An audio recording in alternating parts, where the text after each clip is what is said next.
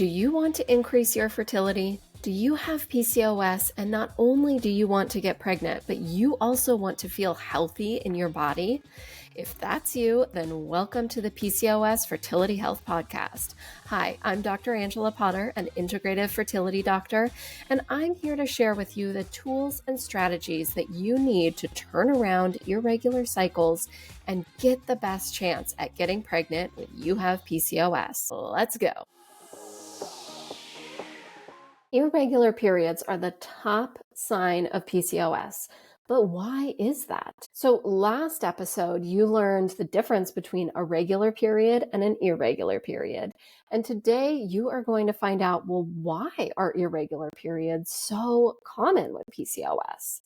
So welcome. If you are a longtime listener, I am thrilled to have you here. And if you are a new listener, welcome. You are joining a really cool, dynamic group of women, all who are committed to optimizing their health, to not only getting to a place where their body is prepped for baby, but they also feel healthy. And so if that resonates with you, you are in exactly the right place. And I am thrilled to welcome you into this community. Before we dive in, I want to share some words that someone shared about the podcast. And she says, I've been listening to Dr. Potter's podcast because my daughter hasn't been able to get pregnant. What a wealth of information. Dr. Potter has a nutrition and functional medicine background, and I learned things about how to get pregnant with PCOS that I never heard anywhere else. Each episode I've listened to has at least one gold nugget. Thank you so much for sharing that. It's really important to me that you learn all these ins and outs of PCOS. You know, you hear things differently on this podcast than you have anywhere else. And that's really important to me because education is a strong value of mine as a doctor. So why are irregular periods the top sign of PCOS? I'm talking about periods where you get them every 70 days. Or you only get one period a year, or you can't have a period. You need medication in order to get a bleed. Why is this so prominently PCOS? Because you just want to get your period and ovulate so that you can have your baby. Am I right? Why are irregular periods so common?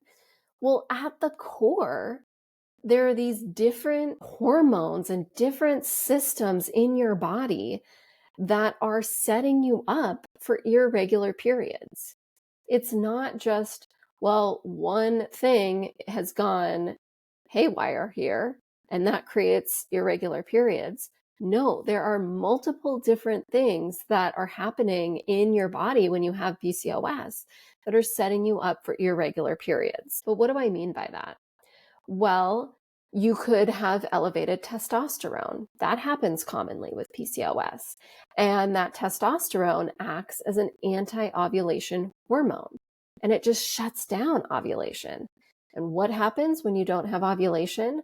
Well, you don't have regular periods because you don't have the hormones that set you up for having regular periods. You might very well have insulin resistance, high insulin, or blood sugar issues. Well, that insulin, it is also an anti-ovulation hormone when it's too elevated, right? We all need insulin on a daily basis. And when it is balanced and at its optimal levels, it's actually supporting your ovulation. But when it's too high, when you have insulin resistance, it's shutting down ovulation, leading to irregular periods. You may very well have an undiagnosed thyroid condition that you don't know about yet. And those thyroid hormones are shutting down ovulation. They are not optimal, so they are not able to send those signals to your ovaries to say, hey, it's time to ovulate. No, they're acting really slowly and they're like, what? Oh, was I supposed to send that signal for ovulation? Oh, yeah. And so you don't ovulate and you have irregular cycles. You may have had years of certain nutrient deficiencies, vitamin D being a classic one, where your body does not have these nutrients on board specifically for what your eggs need, then they do not have the building blocks to get to a place where they are able to mature and to ovulate. And they won't ovulate if they don't have those building blocks.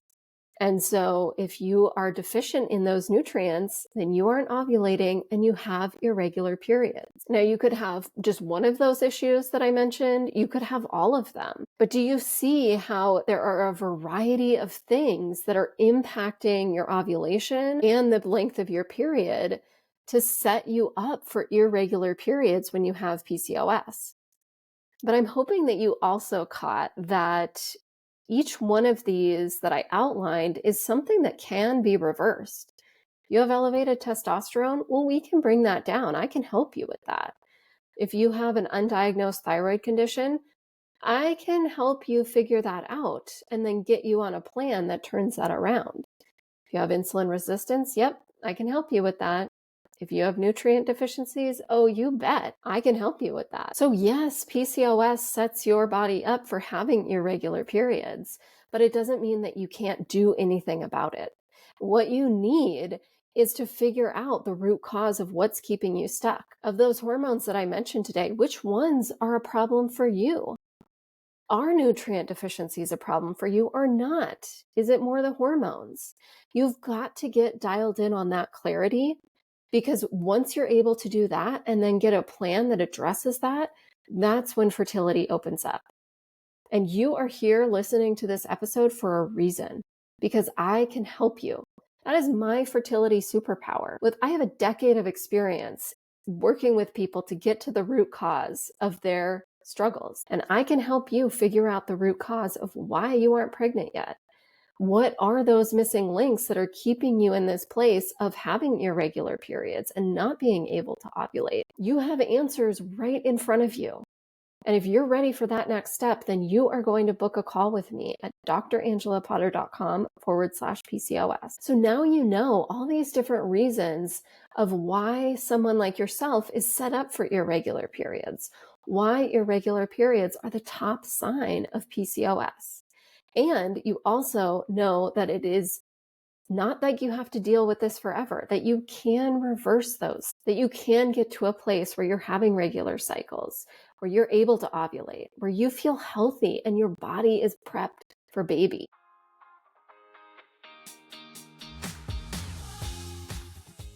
It is possible to get regular periods and to ovulate on your own when you have PCOS. I see this all the time in my practice, and women with PCOS are getting pregnant every single day. And you could very well be next. Hold on to that as you go forward today. If you want to support this podcast, you can leave a 5-star review on Apple Podcasts or simply share this episode with your friends. And as a reminder, the information on this podcast is just that. It's information, and it should not replace the medical advice that you are currently getting from your doctor. Thanks so much for being here. I'll see you right back here next Wednesday.